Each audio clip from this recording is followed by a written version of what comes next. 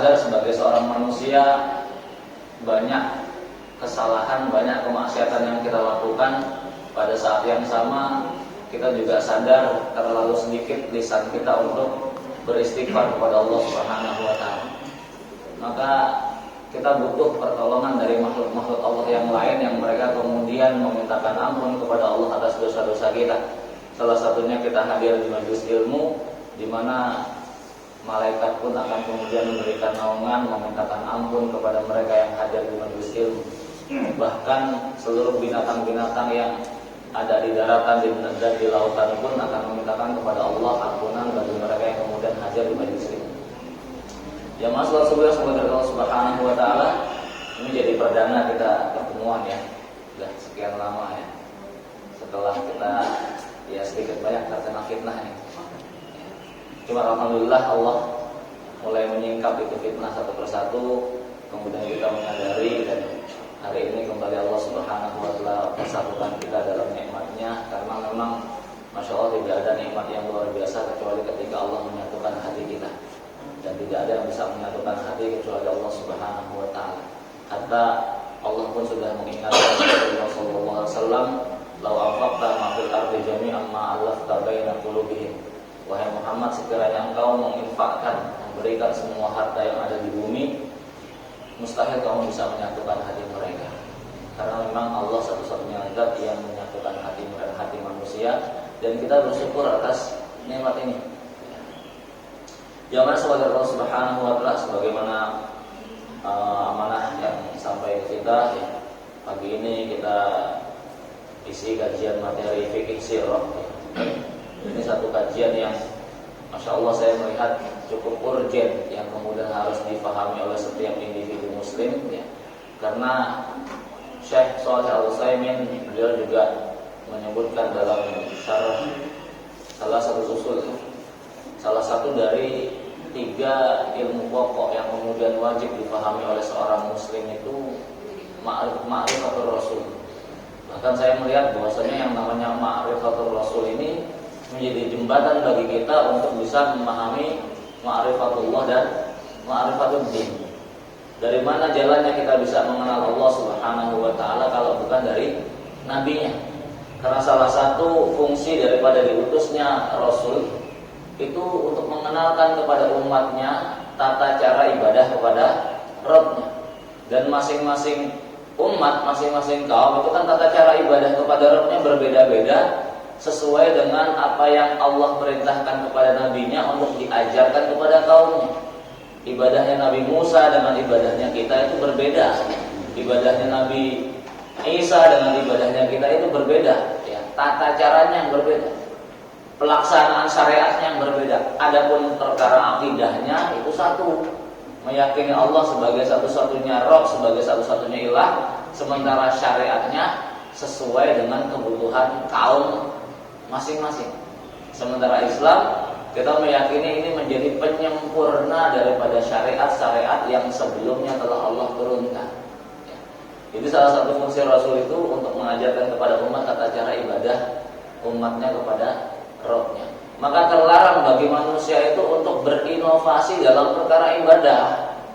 Karena memang yang namanya ibadah itu hukum asalnya adalah apa?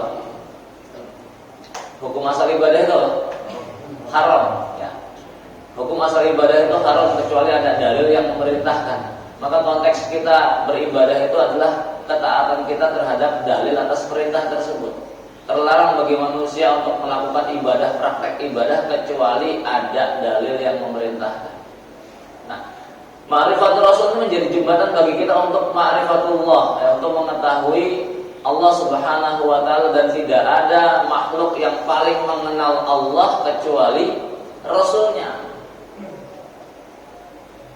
Karena ma'rifatul rasul ini menjadi jembatan, maka kita juga nggak mungkin bisa mengenal Islam, nggak mungkin bisa mengetahui Islam kecuali melalui perantaraan Rasulullah SAW. Maka jemaah semoga Allah Subhanahu wa taala, kalau kemudian kita mengutip ucapan-ucapan salaf di mana mereka mendapati bahwasanya orang tua mereka dalam mengajarkan sirah Rasulullah SAW kepada anak keturunannya itu sebagaimana mereka mengajarkan Al-Quran. cicit baginda Rasulullah SAW, Ali bin Al-Husain bin Ali bin Abi Thalib, beliau juga kemudian mengatakan, kami diajarkan sejarah Ghazah, ya, peperangan Rasulullah SAW, sebagaimana kami diajarkan surat-surat di dalam Al-Quran. Artinya memang nggak mungkin kita bisa memahami Islam, nggak mungkin bisa kita mengenal Allah Subhanahu Wa Taala kecuali dengan mengenal Rasulullah SAW. Bapak Ibu yang semoga Allah Subhanahu Wa Taala, kalau kemudian Allah menyebutkan di dalam ayatnya, A'udzubillahi minasyaitonirrajim, laqad kana lakum fi Rasulillahi uswatun hasanah. Sungguh telah ada bagi kalian pada diri Rasulullah SAW itu suri teladan yang baik. Gak mungkin Allah Subhanahu Wa Taala menyebutkan suri teladan kok kalau kemudian catatan sejarahnya itu nggak lengkap. Ya. Dalam ayat itu Allah berbicara suri teladan itu hanya pada dua nabi, ya. Rasulullah SAW, Muhammad SAW, dan siapa? Nabiullah Ibrahim alaihissalam. Nah, Nabiullah Ibrahim alaihissalam pun itu tidak Allah sebutkan secara keseluruhan. Qad kanat lakum uswatun hasanatun fi Ibrahim walladzina ma'ahu il qalu liqaumihim. Nah, ini hanya pada batasan apa yang disampaikan oleh Nabi Ibrahim dan kaumnya kepada umatnya.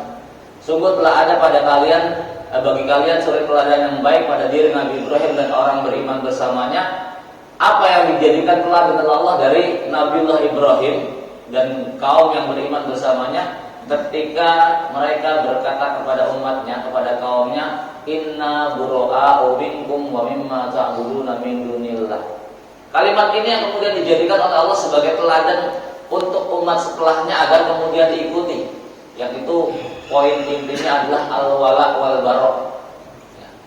Konsep kepada siapa memberikan loyalitas dan kepada siapa memberikan bara, memberikan anti loyalitas.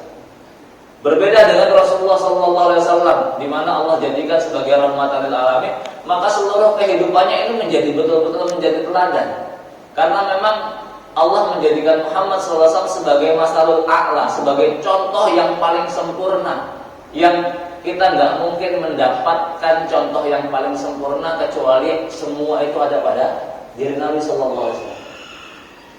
Maka jamaah saudara Allah Subhanahu Wa Taala, kita nggak mungkin mendapatkan catatan paling lengkap yang itu berisi tentang kehidupan seorang manusia dari bangun tidur sampai mau tidur, kecuali kehidupan Rasulullah SAW. Antum bisa cari sejarah siapa yang kemudian kok tercatat secara lengkap, sempurna, dan itu nggak cuma satu orang yang kemudian menuliskan sejarah tersebut, ya. Dan bukan hanya pada satu masalah, namun semua permasalahan yang ada, permasalahan kehidupan manusia. Kenapa? Sekali lagi Allah menciptakan din ini sempurna. Sempurna bukan hanya sekadar secara teori, namun sempurna secara aplikasi nyata. Antum cari satu keyakinan atau kemudian ya agama lah ya, ideologi yang kemudian antara teori dengan pengusungnya itu berjalan bersamaan. Selain Islam atau nggak akan dapatkan. Adapun Islam, Allah bukan hanya kemudian menghadirkan panduannya nyata, Al-Quran ini 30 juz, isinya semua tentang konsep Islam, teori tentang konsep Islam. Pada saat yang sama Allah juga kemudian menghadirkan cara untuk menerapkannya. Jadi kalau kemudian kita ditanya contoh manusia yang paling sempurna Islamnya itu siapa sih? Itu kita punya jawaban tak? Contoh ideologi Islam yang sempurna itu, contoh aplikasi nyatanya itu siapa? Kita punya jawaban, Rasulullah SAW. Coba kalau kemudian kita nyari ideologi lain, coba katakanlah ideologi apalah yang dimiliki manusia lah ya. Entah itu ateisme kah. Coba contoh paling nyata siapa orangnya? Itu nggak jelas semuanya. Ya. Gambaran kehidupannya buram semua. Hanya pada satu sisi tok mungkin bisa dicontoh, cuma di sisi lain nggak ada yang bisa dicontoh. Berbeda dengan Rasulullah SAW, Dimana sekali lagi dari mau tidurnya saja sampai bangun tidurnya lagi itu semuanya bisa dicontoh. Maka jemaah sebagai Allah Subhanahu wa taala, semakin kita mempelajari tentang kehidupan Rasulullah SAW, maka semakin besar rasa cinta kita kepada Rasulullah SAW. Ya. Di samping ini menjadi tuntutan yang Allah Subhanahu wa taala inginkan dari kita selaku hambanya. Qul in kuntum tuhibbunallah fattabi'uni yuhibbukumullah wa yaghfir lakum dzunubakum. Bukan hanya kemudian Allah mencintai hamba tadi, namun juga kemudian janji Allah akan memberikan ampunan. Enggak mungkin kemudian kita bisa mengikuti Rasulullah SAW kalau kemudian kok kita enggak ngerti sejarahnya.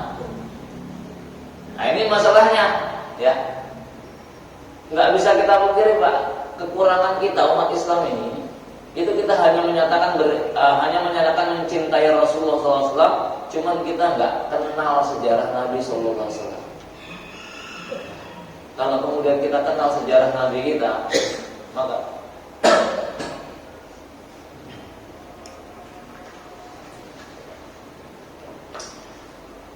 kita akan berupaya untuk menularkan itu kepada anak-anak kita. Mungkin ini kita berapa kali pertemuan ini isinya mukadimah terus, Pak. Nggak apa-apa ya. Ini kita sampai jam berapa ya? Suruhnya setengah 6 ya. Mungkin beberapa kali pertemuan kita isinya mukadimah terus karena memang mukadimahnya cukup panjang ya. Artinya kita menjelaskan kenapa kok kemudian kita harus membahas Rasulullah SAW ya. Kemudian bukan cuma itu, terkait perkara risalah Allah terakhir, kenapa kok Allah menurunkan risalah ini di bumi Jazirah ya. Kenapa kok di Arab gitu loh, nggak kemudian di tanah Jawa ya. Nggak kemudian kok kenapa harus di Arab, padahal saat itu negara adidaya itu ada dua, Romawi dan Persia, yang secara peradaban juga sudah luar biasa. Kenapa kok risalah ini harus turun di padang pasir? Itu banyak hikmahnya ya. Artinya Allahu a'lamu haitsu yaj'alu risalatah. Allah yang maha mengetahui mau diletakkan di mana risalah itu. Maka nggak mungkin kemudian kok sembarangan Allah meletakkan risalah ini di tanah Jazirah Arab ya, yang kemudian pada masa itu dikenal dengan Arab Jahiliyah. Kok bisa Arab Jahiliyah ya?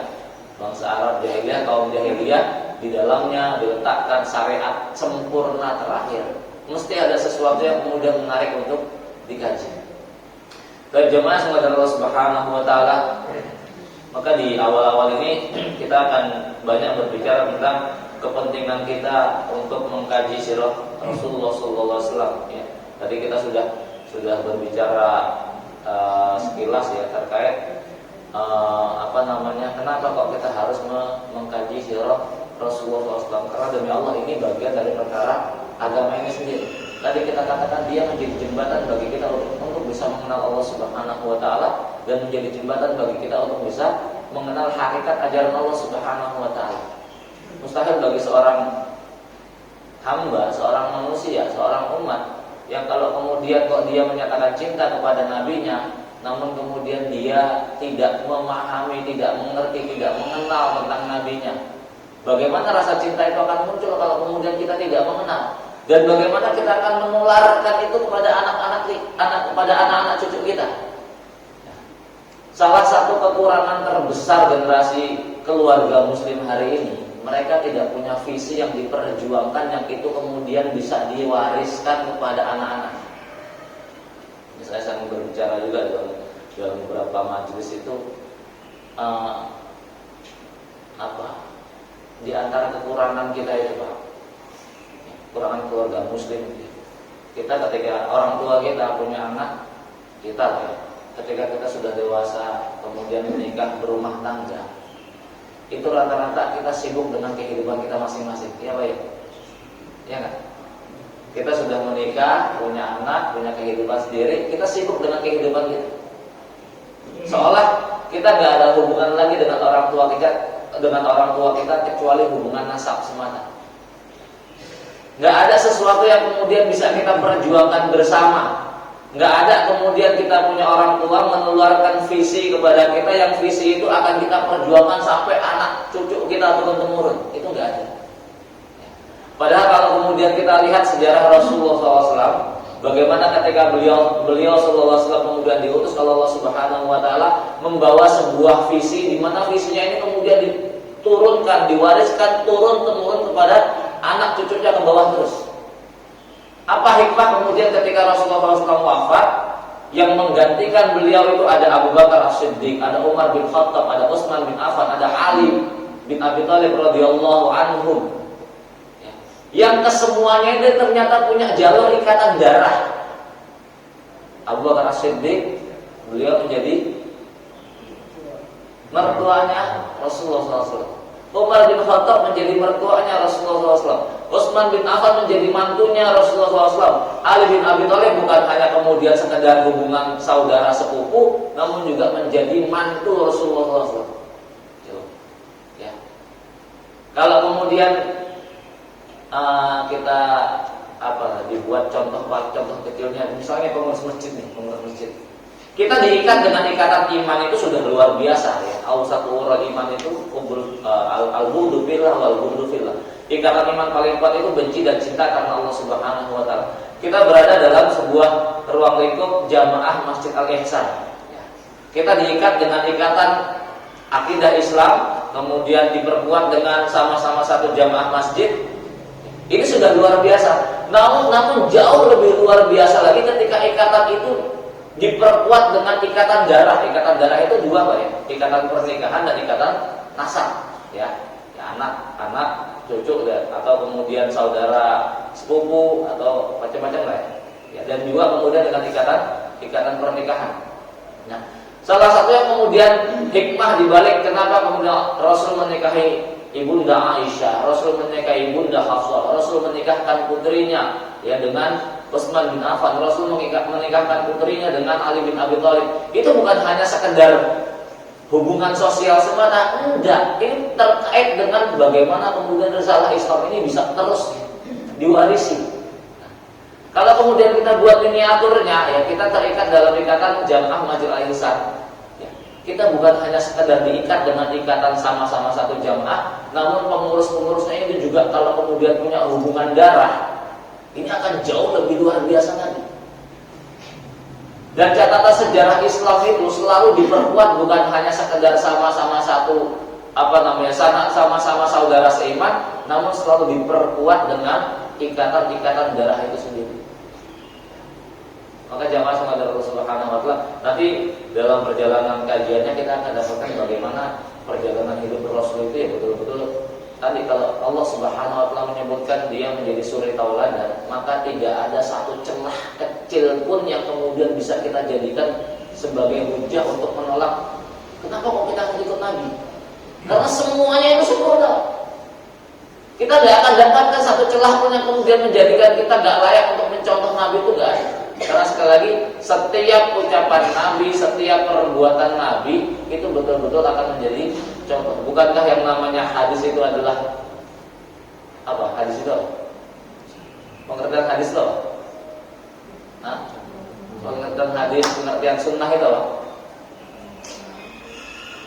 Pengertian sunnah itu kullu ma udhifa ila Nabi, segala sesuatu yang kemudian disandarkan kepada Nabi, baik secara ucapan maupun perbuatan ataupun sesuatu yang didiamkan oleh Nabi. Ucapan Nabi, perbuatan Nabi, dan sesuatu yang Nabi gak nyuruh, tapi juga Nabi gak melarang, Nabi diam saja itu. Nah itu hadis, ya sunnah maksudnya ya. Sunnah. Ya sunnah itu kalau secara fikih ya dilakukan dapat pahala, nggak dilakukan nggak apa-apa. Cuman kalau sunnah secara konsep akidah ya kullu ma udhifa ila Nabi, segala sesuatu kemudian telah disandarkan kepada Nabi sallallahu alaihi wasallam, baik ucapan Nabi ataupun perbuatan Nabi ataupun sesuatu yang didiamkan Nabi. Yang didiamkan Nabi ini apa contohnya? Nabi nggak nyuruh, tapi juga Nabi nggak melarang. Apa contohnya? Apa? Makan landak, makan biawak, ya, abdo, ya. Ini, tapi jangan kemudian dipahami biawak Arab sama dengan kayak biawak Indonesia loh, Pak. Beda, ya. Biawak Arab sama biawak Indonesia itu beda. Biawak Arab itu makanannya sayur. Ya, adob itu dan bentuknya juga nggak sama dengan biawak Indonesia. Ya, kadang kita salah memahami antara yang ini sama-sama biawak. Ya, terjemahannya bukan biawak sebetulnya. Karena adob itu lebih kayak iguana. Ya, tampangnya saja emang serem. Cuman buntutnya nggak lancip gitu ya. Kalau biawak Indonesia kan makanannya bangke, ya, makanannya juga, nah itu nggak bisa kemudian sate biawak nih halal nih. Masih banyak sate ayam atau sate yang lain ya. Nah, terkait abdob itu kan hadisnya Khalid bin Walid radhiyallahu ya, beliau makan itu dan Rasul nggak ikut makan, tapi Rasul juga nggak melarang. Nah ini juga dalam syariat diperbolehkan tetap. Baik jemaah semoga Allah Subhanahu wa taala. Kita bacakan beberapa ucapan-ucapan salaf ya terkait pentingnya kita memahami kehidupan Rasulullah sallallahu alaihi wasallam. Imam Az-Zuhri rahimahullah taala beliau kemudian berkata, ilmu peperangan Rasulullah SAW memuat semua ilmu dunia dan ilmu akhirat. Ya. Sini berbicaranya peperangan ya, ghazat atau ghazawat. Kenapa kok peperangan? Ya, karena demi Allah Pak, negara kita juga nggak mungkin merdeka kecuali dengan adanya pertempuran. Ya, sebuah negara nggak mungkin dia bisa berdaulat kecuali negara itu punya tentara yang menjaga kedaulatan negara itu. Itu negara, apalagi agama. Nah, kita tinggal di negeri yang sejarah peperangannya itu pengen dihapus, Pak. Kenapa? Ini mengajarkan paham-paham radikalisme. Padahal boleh nggak sih kita bersikap radikal terhadap agama itu? Nah, boleh nggak kita bersikap radikal terhadap agama? Boleh nggak kita bersikap radikal? Bahasa lain radikal apa? Ekstrim. Boleh nggak kita bersikap ekstrim terhadap agama? Kalau nggak boleh bersikap radikal, berarti kita nggak yakin kalau agama kita itu benar gitu, ya kan? Orang-orang komunisme aja radikal banget dengan komunismenya. Masa iya kita dengan Islam kita nggak boleh bersikap radikal? Lalu apa yang kemudian kita perjuangkan dalam Islam kita kalau kemudian kita nggak bersikap radikal? Cuman permasalahannya makna radikal ini mengalami penyusutan arti itu, ya. Seolah-olah yang namanya radikal itu maknanya jelek semuanya gitu. Karena memang pikiran kita diarahkan ke sana.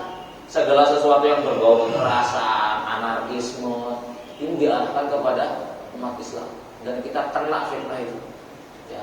Dan itu keluar dari lisan kita, nggak boleh radikal. Dikit-dikit kita lihat aksi anarkisme selalu arahnya, ini mesti umat Islam yang radikal, ya. Maka kita wajib menangkal paham-paham radikal. Kita kena itu, ya. Dan tanpa kita sadari kita menjadi bagian daripada mereka-mereka yang kemudian ikut melarang perkara-perkara itu jelas subhanallah. Rasul kalau nggak radikal, Pak, kita nggak bisa merasakan Islam sampai hari ini, ya. Kita masih tersesat terus itu. Maka di sini bahasanya ilmu peperangan Rasulullah SAW memuat ilmu dunia dan akhirat. Ibnu Jauzi rahimahullah taala beliau berkata, aku melihat kesibukan dengan belajar ilmu fikih dan mengejar riwayat hadis telah hampir cukup untuk kebaikan jiwa. Tinggal menyempurnakannya dengan sentuhan-sentuhan hati dan mempelajari sejarah perjalanan salafus shalih. Ya. Ubaidillah bin Utbah bercerita tentang majelis ilmu Ibnu Abbas radhiyallahu anhuma. Tentang sirah dia berkata, kami telah menghadiri majelis Ibnu Abbas dan dia bercerita kepada kami dalam satu kesempatan tentang satu peperangan Nabi sallallahu alaihi wasallam. Ibnu Abbas radhiyallahu anhuma telah mengkhususkan waktunya dalam sehari untuk bercerita tentang peperangan Nabi sallallahu alaihi wasallam. Jamaah semoga Allah Subhanahu wa taala ini adalah bagaimana para salaful ummah, ya, mereka memahami konsep sirah Nabi sallallahu alaihi wasallam. Karena mereka juga menyadari nggak mungkin kok kemudian mereka bisa memahami tentang Islam kecuali harus memahami jalur Nabi, memahami sosok pengusungnya yaitu Rasulullah sallallahu alaihi wasallam.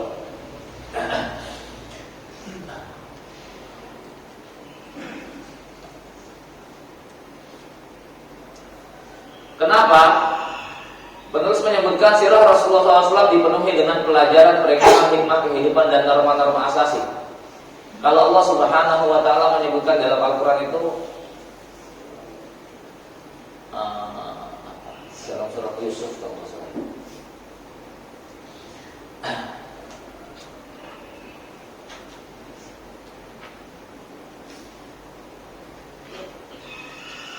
A'udzu billahi minasyaitonir rajim. Laqad kana fi qasasihim ibratun li ulil albab ma kana haditsan yuftara bihi walakin tasdiqal ladzi baina yadayhi wa tafsilan likulli syai' wa huda wa rahmatan liqaumin yu'minun.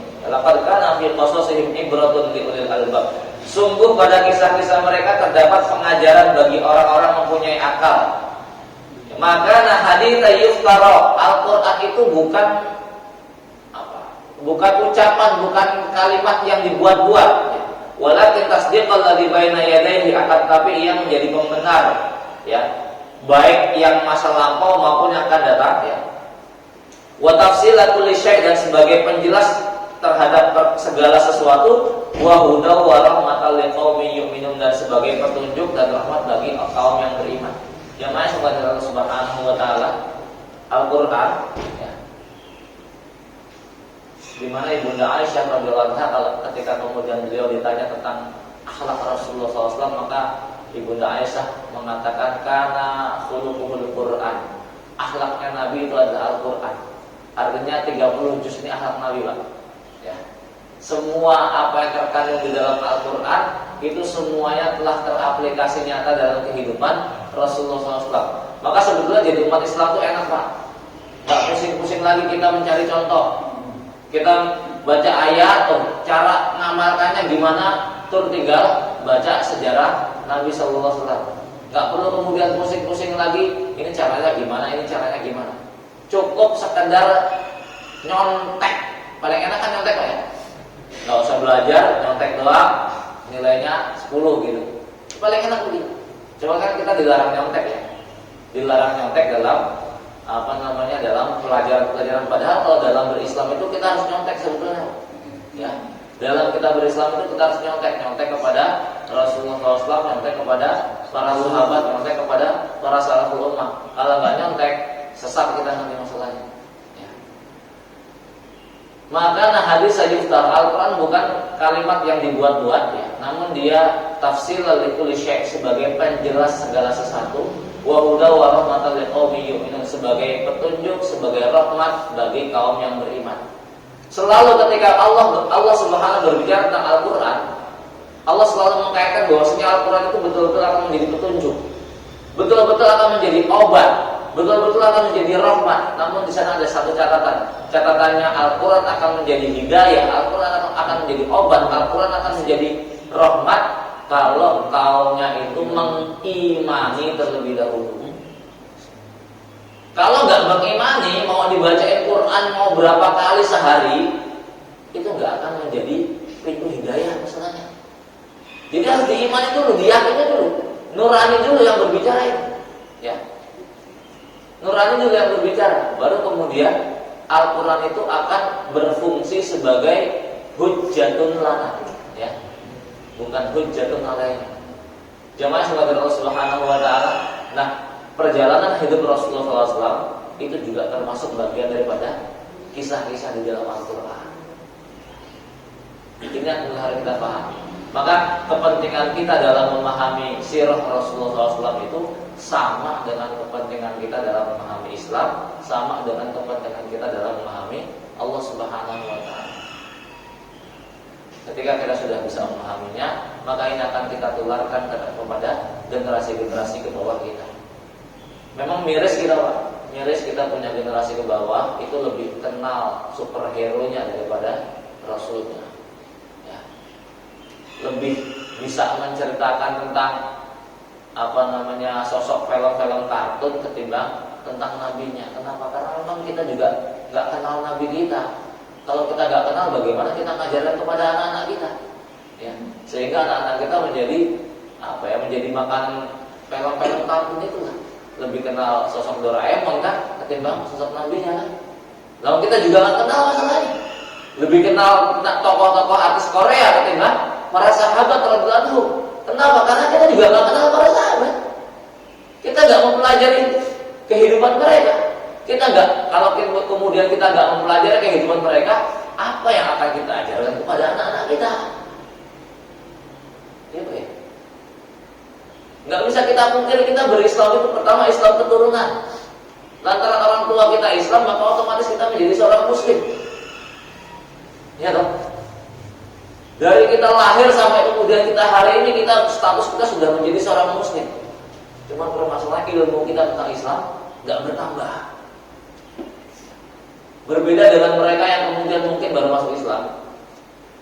Hidayah, perjalanan hidayah, perjalanan orang itu mendapatkan hidayah itu luar biasa. Itu menjadikan orang itu semangat untuk kemudian mengkaji Islam. Sehingga antara orang yang dari kecil sampai dewasa ini sudah berstatus menjadi seorang muslim dengan seorang mu'alaf yang mungkin baru 2, 3, 4, 5 tahun menjadi seorang muslim, ilmunya beda. Contoh misalnya Ustaz Felix Xiao. Coba status muslimnya beliau baru berapa tahun ya? Bandingkan dengan kita yang dari kecil. Cuma ternyata rating ilmunya itu jauh, Pak.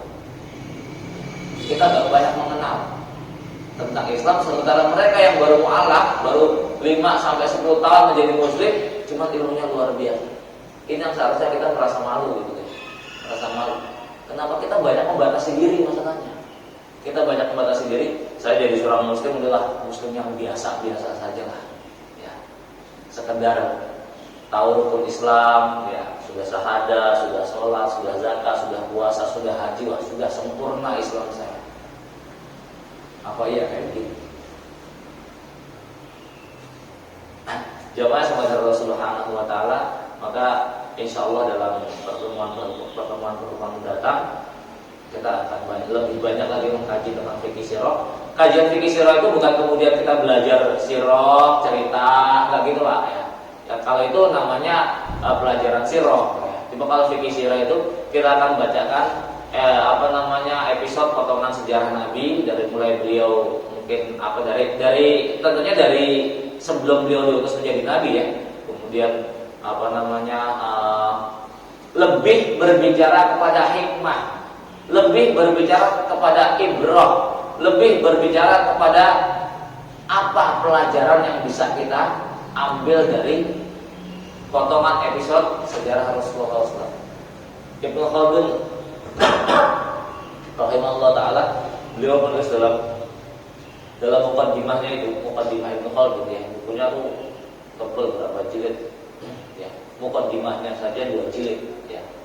Kalau muqaddimahnya 2 jilid itu kan ngaji muqaddimahnya enggak kelar-kelar itu kan. Ya itu baru muqaddimahnya doang ya.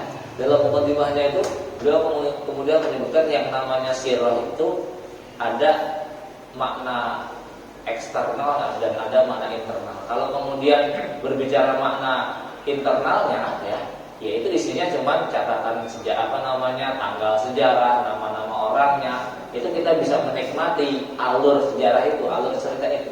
Namun sisi eksternalnya ini kemudian lebih membutuhkan kajian. Kenapa? Karena di dalamnya mengandung ibrah, mengandung pelajaran, mengandung hikmah ya. Dan karakter sejarah itu dari dulu sampai sekarang itu selalu sama. Isinya cuma 2 Pak, karakter sejarah itu. Perseteruan antara hak dan batil. Gitu ya. Maka kalau kemudian kita mau merenung kenapa kok cerita Nabi di dalam Al-Quran yang paling banyak itu cerita Nabi siapa? Yang paling banyak yang Allah ceritakan dalam Al-Quran cerita Nabi siapa? Nabi Musa alaihissalam. Kita kalau mau merenung ya, kenapa kok Allah menceritakan Nabi Musa itu di dalam banyak ayat, banyak tempat? Ini kalau kita memahami karakter sejarah manusia itu pasti berulang. Yang beda cuma tempat sama pelakunya saja, Pak. Ya. Kalau kemudian Allah mengisahkan cerita Nabi Musa itu di banyak tempat, itu mesti sejarah perjalanan kehidupan manusia nggak akan jauh dengan kisah Nabi Musa alaihissalam. Ya. Nggak akan jauh, paling beda-beda dikit lah ya. Cuman karakternya sama, poinnya itu sama, poinnya perseteruan antara hak dan batil. Dan itu sudah dimulai semenjak ketika Allah menciptakan Nabi Adam alaihissalam. Dan poin perjalanan Nabi juga sama kayak begitu. Ya, perjalanan Rasulullah juga sama, perseteruan antara hak dan batil. Cuman karena ini risalah sempurna, maka kisah Rasulullah SAW itu diabadikan oleh Allah Subhanahu Wa Taala. Allah akan selalu hadirkan orang-orang kemudian memang mereka punya kapabel untuk mengabadikan kisah-kisah itu. Salah satu penjagaan Allah terhadap Al-Quran, Allah sudah jelas menyebutkan Inna nahnu nazzalna dzikra wa inna lahu lahafidun. Ya, kami yang menurut Al-Quran, kami pula yang menjaga. Maka akan Allah hadirkan itu. Ya. Orang-orang kemudian punya kapabel untuk menjaga itu Al-Quran. Sebagaimana Allah akan menghadirkan orang-orang punya kapabel untuk menjaga sirah kehidupan Rasulullah SAW. Kenapa sekali lagi ini bagian daripada kesempurnaan ajaran Islam. Sampai kapanpun Islam itu nggak akan pernah hilang itu catatan-catatan sejarahnya. Ya, kecuali memang sudah tanda-tanda menjelang hari kiamat itu sudah Allah hadirkan, maka itu akan semua hilang semua. Karena kiamat nggak mungkin terjadi kalau masih ada seorang mukmin. Ya, jangankan masih ada orang mengucapkan kalimat Allah, itu kiamat nggak akan terjadi. Maka jamaah kepada Allah Subhanahu Wa Taala. Kedepannya kita berharap dengan kita mengkaji fikih sirah ini, semakin kita mendalami Islam, di satu sisi juga kita berupaya untuk menumbuhkan rasa cinta kita kepada sosok Rasul, dan kita berharap kita bisa mewariskan itu kepada anak-anak kita. Karena tidak ada satu kebanggaan yang kemudian bisa kita wariskan kepada anak-anak kita kecuali ketika mereka bisa mengenal nabinya melalui kita. Mereka bisa bercerita tentang sosok nabinya melalui kita. Kita akan lebih merasa bangga ketika mempunyai anak-anak kita, sementara anak-anak kita bisa fasih menceritakan tentang nabinya, sementara anak-anak yang lain bisa fasih menceritakan sosok idolanya yang lain. Ya. Sebagaimana kita merasa bangga ketika anak-anak kita itu hafal Quran, sementara anak-anak yang lain hafal nyanyian. Antum punya anak hafal Quran, bangga nggak? Seneng nggak? Ya. Seneng banget Pak, itu nggak bisa dipungkiri. Fitrah kita itu seperti itu. Ya. Kalau kemudian kita punya anak usia 2-3 tahun hafalnya lagu dangdut semua, padahal kita ahlul masjid loh, malu kan? Malu. Ya. Orang tuanya imam lagi, ya imam masjid lagi, anaknya hafalnya dangdut terus, wah. Nah itu malu betul. Ya. Cuma kalau anak kita usia 2-3 tahun punya hafal 1 juz, 2 juz itu kan, ya itu bakal dibanggakan betul. Kenapa itu fitrah kita kayak begitu? Sama sebagaimana ketika kemudian kita punya anak-anak, mereka kenal sejarah Nabi, ya itu senangnya luar biasa. Cuma sekali lagi bagaimana kemudian anak-anak kita bisa mengenal tentang Nabinya kalau kemudian kita juga nggak kenal.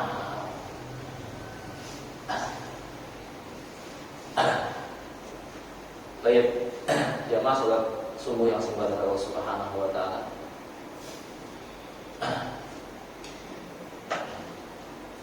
Kayaknya kalau sampai suruh serap juga saya. Ya. Tapi ini karena perdana ya, mudah-mudahan poinnya bisa kita tangkap, bisa kita dapatkan gitu ya. Artinya intinya kita mengkaji Rasul itu bagian daripada ajaran Islam itu sendiri. Kita fikih sirah Nabi Sallallahu Alaihi Wasallam itu salah satu tujuan kita, diantaranya semakin bertambahnya rasa cinta kita kepada Nabi Sallallahu Alaihi Wasallam.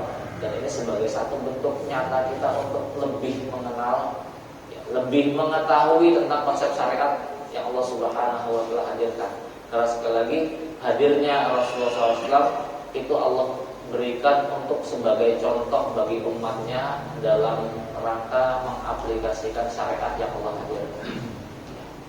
Mungkin sebelum kita tutup ada yang pengen kita diskusikan. Saya bahasanya diskusi aja lah ya, bukan bahasa pertanyaan lah ya. Karena kalau pertanyaan itu membutuhkan ruang cukup panjang sebetulnya. Ya, saya memperhatikan itu kalau kemudian kajian 1 jam, pertanyaan cuma setengah jam, itu sebetulnya nggak fair. Karena yang namanya pertanyaan itu pasti memberikan ruang pertanyaan yang lain. Jamaah nanya, Ustaz jawab, itu nggak bakal tuntas. Pasti dari jawaban itu akan memunculkan pertanyaan-pertanyaan lain. Iya Pak ya? Ya, di samping terkadang para ustadz yang kemudian memberikan jawaban itu terkadang nggak memahami poin inti dari pertanyaan yang disampaikan. Nah, kalau kemudian nggak memahami, itu terkadang akan muncul jawaban-jawaban yang keliru, jawaban yang bukan dimaksud dari pertanyaan itu. Maka dalam hal ini kita nggak akan mendapatkan manusia yang paling mengerti setiap pertanyaan-pertanyaan yang dilontarkan itu kecuali Rasul. Rasul satu pertanyaan itu jawabannya bisa macam-macam. Ya. Sahabat nanya, ayu amali afdol, wahai Rasul, amalan apa yang paling afdol? Sahabat A nanya pertanyaan itu, Rasul jawabannya apa? Kadang as-sholatu ala waqtiha. Sahabat lain nanya, sama pertanyaannya, ayu amali afdol, wahai Rasul, amal apa yang paling afdol? Al-jihad. Sahabat lain lagi nanya, sama pertanyaannya, ayu amali afdol? Birrul walidain. Lah kok bisa? Pertanyaannya satu, amal apa yang paling afdol, jawabannya macam-macam. Kenapa coba? Nah, Rasul ngerti betul itu karakter orang itu. Yang paling dibutuhkan orang itu apa? Maka Rasul ngasih jawaban sesuai dengan kebutuhan orang itu. Nah, saya perhatikan gitu. Tadi kalau sesi forum tanya jawab, maka tadi saya katakan sesi forum tanya jawab itu nggak menuntaskan permasalahan. Orang nanya, kemudian selesai jawab. Orang nanya, kemudian selesai jawab. Yakin mesti akan muncul pertama ketidakpuasan dari jawaban ya, karena dibatasi waktunya loh. Ya. Kedua, itu bukan menjadi satu-satunya jawaban, gitu loh. Ya. Maka saya lebih suka dengan dia yang bisa kita diskusikan. Contoh begini misalnya, dulu pernah ada kasus terkait kajiannya Ustaz anak muda itu, Hanan At-Taqi. Beliau kan karena pangsa dakwah beliau itu anak-anak muda ya, anak-anak gaul ya. Maka bahasa dipakai bahasa anak muda ya. Bahasa anak-anak muda lah, kalau kita ngerti lah bahasa anak muda gimana. Sehingga ketika beliau menyampaikan tentang kisah-kisah ibunda para nabi ya, ibunda para istri para nabi, ketika beliau menyampaikan tentang ibunda Aisyah ya, beliau pakai ini bahasa anak muda ya. Ya, dalam kajiannya beliau menyebutkan ibunda Aisyah itu sebagai sosok ibunda yang masya Allah gaul banget gitu ya. Dimana di dalam kajian sama sekali tidak ada kalimat celaan terhadap istri Nabi. Cuma kemudian kalimat ini ditanyakan, ya ada kemudian dalam majelis yang lain tanya kepada Ustaz bagaimana tentang seorang ustaz yang menyebutkan ibunda Aisyah sebagai cewek gaul. Coba berubah gak maknanya? Berubah gak maknanya? Berubah. Yang muncul adalah kesan negatif. Nah, sang ustaz gak bisa memahami pertanyaan itu sehingga menjawab, bisa murtad itu ustaznya. Coba. Padahal kalau kemudian dengar kajiannya, dituntaskan dulu dan dengar kajiannya dipaham, sama sekali gak ada celaan. Jadi keliru kan? Ya, jadi ya tadi terkadang ya karena Ustadz mungkin malu jawab nggak tahu gitu ya, akhirnya jawab semaunya, nggak memahami poin dari pertanyaan tersebut, nggak didetailkan dulu sehingga hanya sekedar menjawab sesuai dengan informasi yang masuk pada dia, sehingga yang muncul adalah jawaban-jawaban yang keliru. Nah ini kita nggak inginkan kayak begitu ya. Maka sekali lagi saya lebih senang dengan bahasa ya, kita diskusikan, karena kalau dengan diskusi kan lebih terbuka lagi ruang untuk saling memahami, terbuka lagi ruang untuk saling mempelajari. Ya. Maka saya jamaah semoga Allah Subhanahu Wa Taala kalau masih ada waktu ya, kalau ada sesuatu yang pengen didiskusikan dalam pertemuan perdana ini, tafadhol silahkan. Atau mungkin ada masukan-masukan dari aku buat saya pribadi khususnya terkait materi yang akan kita sampaikan di kemudian hari. Silakan, ada nggak?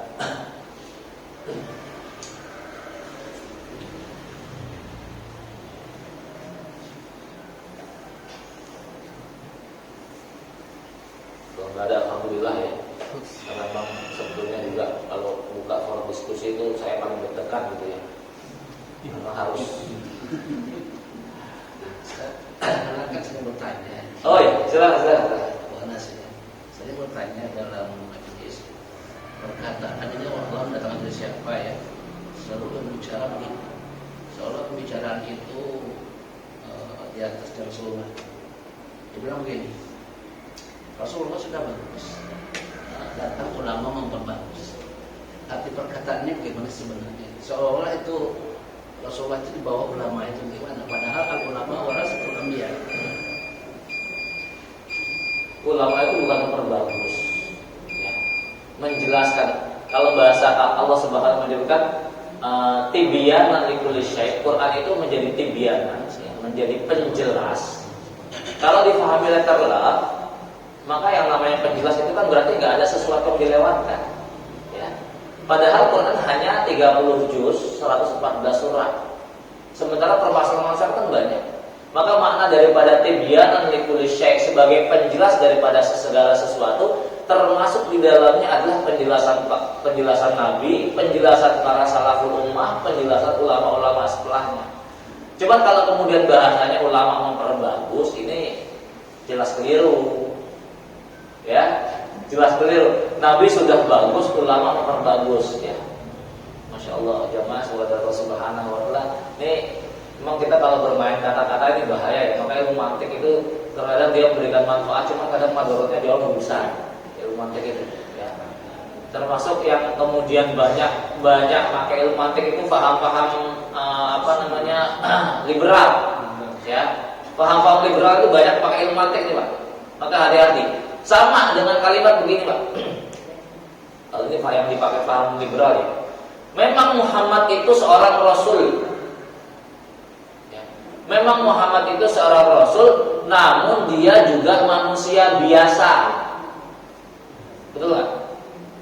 Betul nggak kalimat ini? Benar nggak kalimat ini? Memang Muhammad itu seorang rasul, namun dia juga manusia biasa. Benar nggak kalimat ini? Hah? Apa yang dimaksud dengan apa yang diinginkan dari kalimat ini? Yang diinginkan dari kalimat ini poin terakhirnya ini. Memang dia seorang rasul, cuman dia juga manusia biasa. Nah, manusia biasanya ini yang pengen dikedepankan, dititik beratkan di adab manusia biasa. Ini mantik, Pak, ya. Jangan kemudian kita terpancing dengan kalimat yang harus kita lakukan adalah memang Muhammad itu manusia biasa, cuman dia seorang rasul. Beda kan? Muhammad memang manusia biasa, cuman dia seorang rasul. Kalau orang-orang liberal itu dibalik, Muhammad memang seorang rasul, cuman dia manusia biasa. Maka poinnya ada di manusia biasa. Kalau manusia biasa, oh berarti bisa salah juga. Oh berarti bisa direvisi juga. Oh berarti gitu, ya. Paham ya? Nah di sini maka perlu kita memahami kalimat-kalimat kayak gini supaya kemudian kita nggak terjebak. Ya. Bagi kita sosok rasul itu udah harga mati, ya. Beliau menjadi panutan, beliau menjadi rasul. Semua keputusannya nggak boleh dianulir. Kenapa? Wa ma yantiqu anil hawa in huwa illa wahyu yuha. Apa yang kemudian Rasul sampaikan itu bagian daripada wahyu Al-Qur'an, bagian daripada kalimat tibyanan likulli syai'. Al-Qur'an sebagai penjelas segala sesuatu.